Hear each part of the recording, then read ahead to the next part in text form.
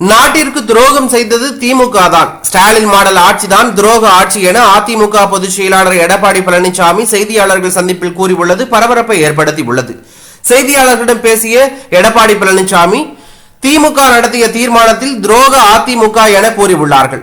ஆனால் துரோகம் செய்தது நாங்கள் இல்லை, திமுக தான் நாட்டிற்கு துரோகம் இழைத்துள்ளது என்று தெரிவித்துள்ளார். அத்துடன் ஜெயலலிதா முதலமைச்சராக இருந்த போதும் நான் முதலமைச்சராக இருந்த போதும் ஏராளமான திட்டங்கள் கொண்டு வரப்பட்டன, சட்டம் ஒழுங்கு சிறப்பாக பராமரிக்கப்பட்டது எனவும் நிருபர்களிடம் தெரிவித்துள்ளார்.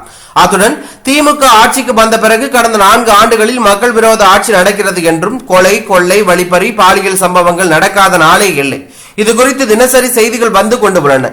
ஸ்டாலின் மாடல் ஆட்சிதான் துரோக ஆட்சி என்று சுட்டிக்காட்டியுள்ளார். இதனைத் தொடர்ந்து எடப்பாடி பழனிசாமி மேலும் பேசும்போது, மத்தியில் திமுக 16 ஆண்டுகள் ஆட்சி அதிகாரத்தில் இருந்த போது ஏன் கல்விக் கொள்கையில் கவனம் செலுத்தவில்லை? அப்போதே கல்வியை மத்திய பட்டியலில் இருந்து மாநில பட்டியலுக்கு கொண்டு வந்து இருக்கலாமே என்று தெரிவித்துள்ளார். திமுகவிற்கு ஆட்சி அதிகாரத்தில் இருக்கும் போது மக்கள் பற்றியும் மாணவர்கள் பற்றி கவலை இல்லை, அதிகாரத்தில் இல்லாத போது மற்றவர்கள் மீது பழி சுமத்துவதுதான் திமுகவின் வாடிக்கையாக இருக்கிறது என்று அவர் தெரிவித்துள்ளார்.